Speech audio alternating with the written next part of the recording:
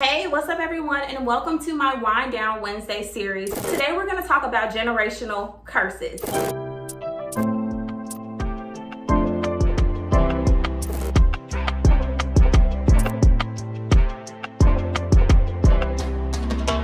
If you are new here, hello, my name is Lauren. I go by Call Her Doc on YouTube, and I am so excited, you guys. I'm so excited because I came up with a brilliant idea to do a Wind Down Wednesday series, because why not?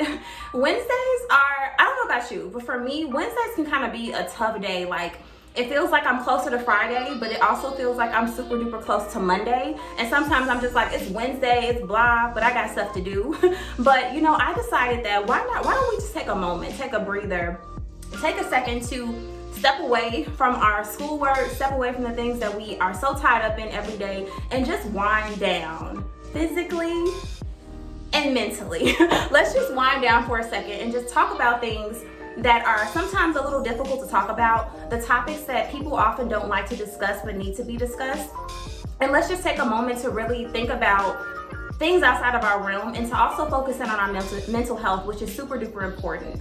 So the Wind Down Wednesday series is not to promote any type of alcoholism. It's not to promote drinking or anything like that. So please do not take this series the wrong way. This series is an opportunity for individuals who are encased in work and just have so much going on with school, and they just want a moment to themselves for 10 minutes to wind down and to talk, to bring awareness to meditation, to also bring awareness, like I said, to mental health.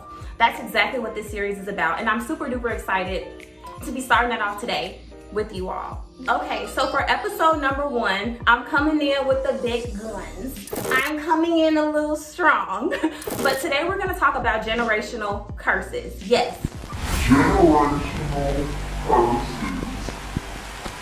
I know you guys have probably heard of that terminology before. You guys may or may not be aware of what generational curses are and how they pertain to you, and honestly how they influence our everyday lives, how we act, how we think. Sometimes we always say, well, my parents used to do it this way, or such and such does it this way. It's really bringing awareness to the idea that sometimes we have to erase what we've been taught, or erase a certain type of mentality that we may have, and really to just learn how to think for ourselves, or be aware of some of the bad habits that were formed in our family, or some of the bad habits that you may have seen growing up, and how to hold yourself accountable, and how to really eliminate those ideas and those thoughts, so that you can be free, that you can have a good mental health, and that you can just not do things the way that other people do them, but to do them how you want to do them. So that's what this first episode is about. So I want to start off by first defining what generational curses are. So generational curses are, to keep it very simple and frank, they're negative traditions or negative influences that you have seen growing up in your family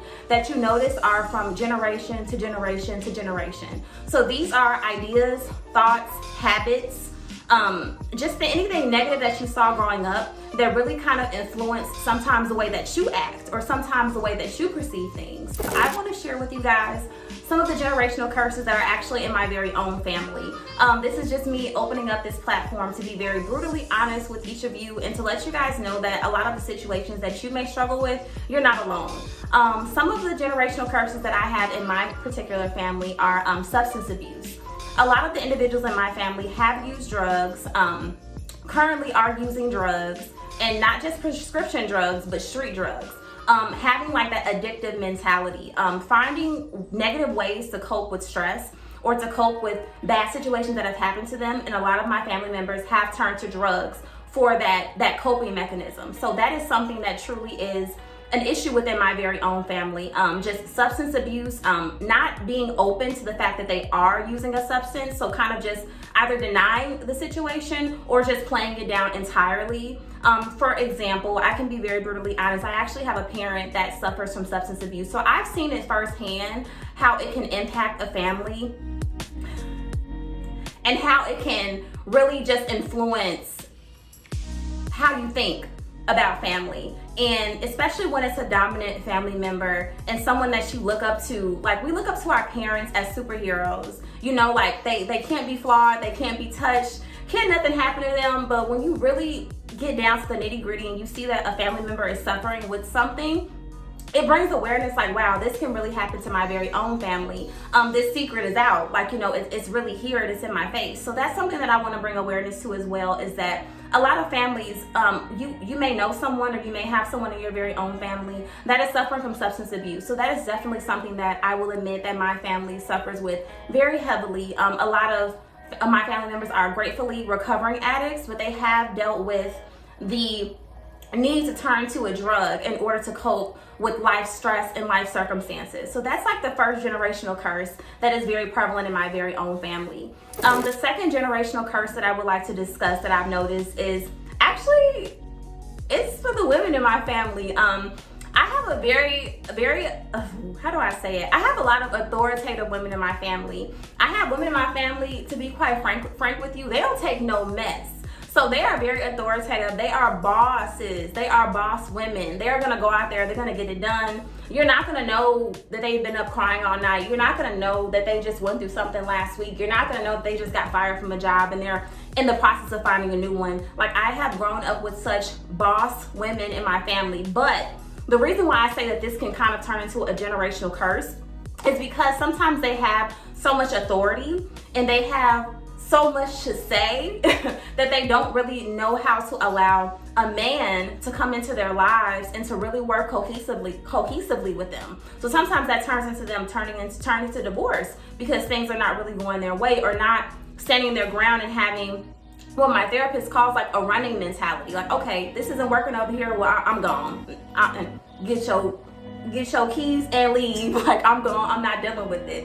So it's just like, I have learned, and it's been a very, very hard process for me. I have learned that sometimes I have to let my guard down and I have to open up my heart and not be so like, okay, you're not doing what I need you to do, so I'm out of here. Like, I have to learn how to sit and cope with people and to really give them an opportunity to prove themselves to me, and for me to take a seat in the back seat and not always be the driver and not always feel like I have to run the show. That's something that I definitely have struggled with in relationships, in friendships, particularly in my relationship now. For those of you who may know, I am in a relationship with Jordan, and Jordan is absolutely amazing. And I admit, I know he probably gets tired of me sometimes because I can be so authoritative. I can be such a takeover, like, don't even worry about it. I got it. Don't worry about it, sweetheart. Don't worry about it. Like, that's just always like my personality. But I am really learning and noticing in my family that, dang, I didn't just grow up with this. This is not just like in my DNA. I've seen it growing up. I've seen it growing up from my own mom. I've seen it growing up from my aunts.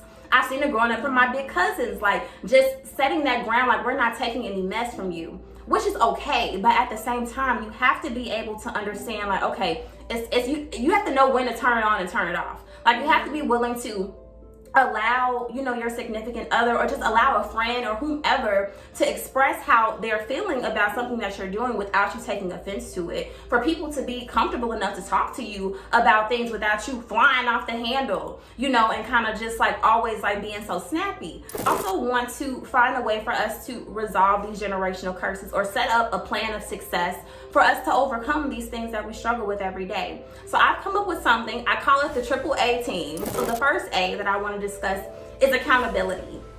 So being accountable for these things, even if you have to have an accountability partner, I don't know about any of you, but I actually have I have two accountability partners, actually. I have one that's accountable for my schoolwork with me, and I have another friend that's accountable for my mental health. So having accountability partners is key. Letting people know, like, hey, I'm really trying to do this. I'm trying to overcome this, and these are my goals. Can you hold me to it? If you see me slipping, can you be the friend that tells me, hey, you said that you wanted to have this done, and I haven't heard you say anything. What's up with that? Just having people in your life that can hold you accountable, and honestly holding yourself accountable is number one, because people have their own lives. They have things that they're doing, so you can't necessarily put the blame on someone else, but just accountability in general. But a suggestion would be to have an accountability partner, because that can be someone that can help influence you positively. Okay, and then the second suggestion for the AAA team, number 2, would be awareness. So being aware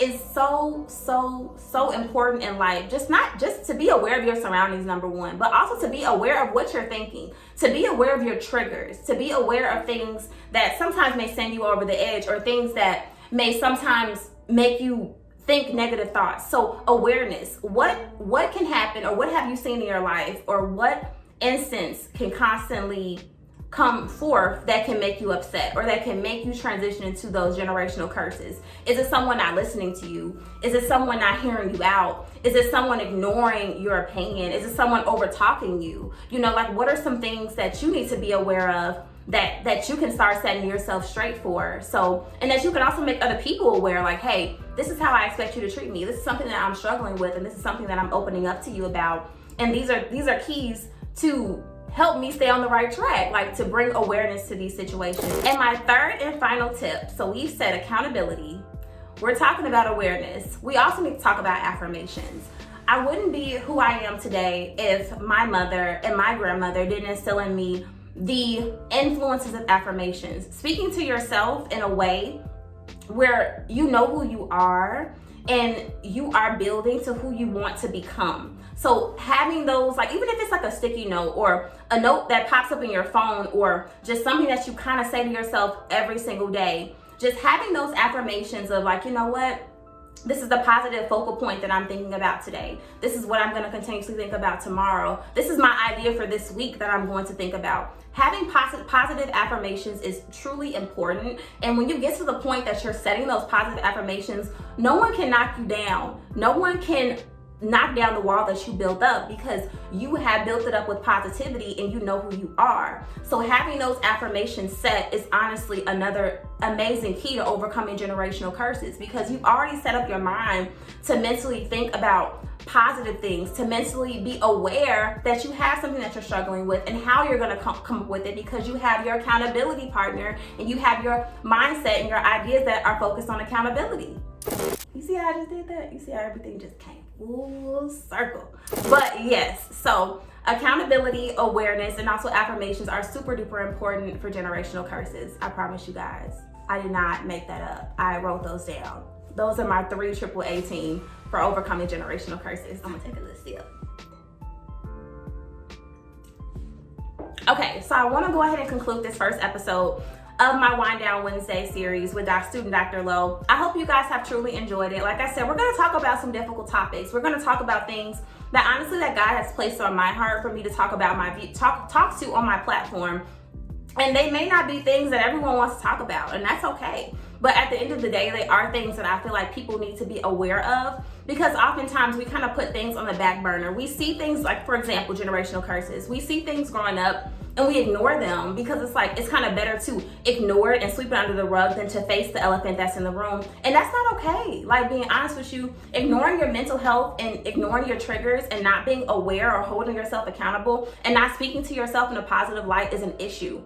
And it's something that we need to bring to the forefront.